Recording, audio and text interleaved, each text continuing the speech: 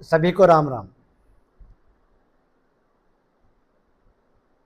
Himachal Pradesh school शिक्षा board कक्षा 12वीं और कक्षा 10वीं का वार्षिक परिणाम बहुत जल्द घोषित करने वाला है। इसके लिए इस परीक्षा में भाग लेने वाले सभी विद्यार्थियों को मेरी तरफ से शुभकामनाएं। भगवान आपकी मेहनत के अनुसार आपको रिजल्ट दे और आने वाले समय में आप हिमाचल प्रदेश के साथ साथ देश का गौरव आप बने। इन शुभकामनाओं के साथ आपको बहुत बहुत हार्दिक बधाई और शुभकामनाएं। यहाँ प्रश्न ये आता है कि आजकल वैसे भी शिक्षा विभाग बहुत चर्चा में है। कभी सीबीएसई हो रहा है, कभी सीबीएसई से वापस एचपी बोर्ड हो रहा है, और जो हो रहा है एचपी बोर्ड हो रहा है उस बोर्ड के हालात भी हम सभी के सामने हैं। 2024 और 25 में हिमाचल प्रदेश स्कूल शिक्षा बोर्ड ने जिन कर्मचारियों को अपने साथ इन परीक्षाओं को संचालन करने हेतु लगाया था, जिसमें परीक्षा संचालन के लिए सुप्रिटेंडेंट, डिप्टी सुप्रिटेंडेंट और सुपरवाइजर के जो लोग हैं, जो कर्मचारी लगाए गए थे, और जिस सेंटर में परीक्षा कराई गई थी उस परीक्षा को कराने का जो खर्चा था वो उस टाइम सभी अध्यापक साथियों ने अपनी जेब से किया था। हैरानी की बात है कि एक साल बीत जाने के बाद भी 2024 और 25 का मेहनतनामा प्रदेश के शिक्षक साथियों को नहीं मिला। और हम हर दिन अखबारों में देखते हैं कि हमारे बोर्ड के शिक्षा बोर्ड के जो चेयरमैन है वो सुर्खियों में रहते हैं और अलग अलग तरह की स्टेटमेंट वो बार बार अलग अलग मीडिया के माध्यम से देते हैं। मेरा उनसे अनुरोध है कि आप राजनीतिक बयानबाजी जो आप करते हैं वो आपका क्षेत्र हो सकता है, लेकिन जिन अध्यापक साथियों ने परीक्षा को कराने में, संचालन करने में अपनी मेहनत की थी, अपने परीक्षा को देना, अपना समय दिया था, 2024 और 25 का मेहनतनामा वो जारी करें।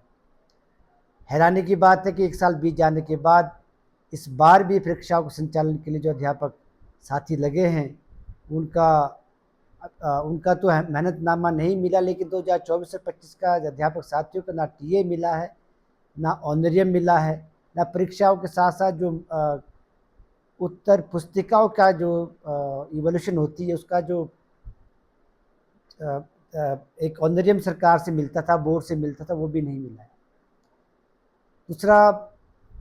बोर्ड की कार्यप्रणाली पिछली बार बहुत चर्चा में रही थी।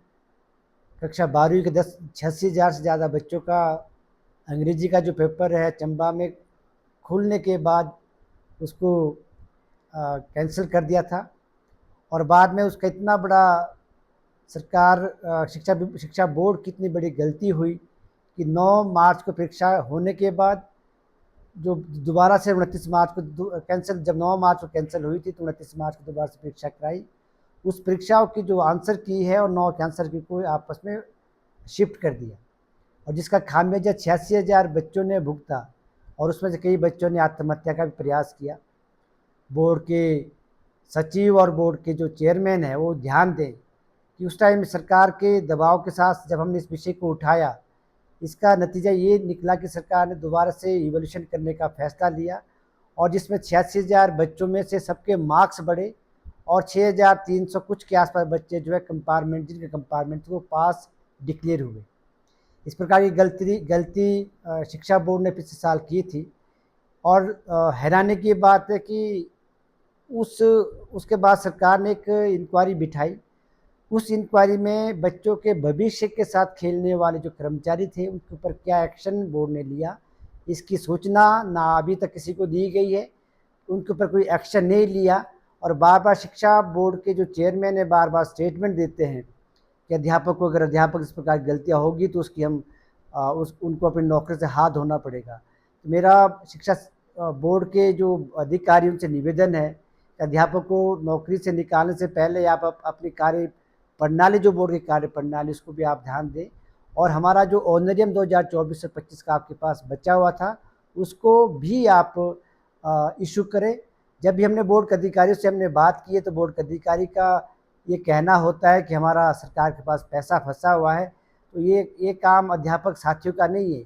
आप 2-3 साल से अध्यापक साथी बिना पैसे के आपके साथ काम कर रहा है, ये आपका दायित्व बनता है कि आप इस पैसे को सरकार से लें और प्रदेश के कर्मचारी का जो उनका ऑनरियम था, मेहनतनामा था, उसको देने की भी आप कोशिश करें। राम राम।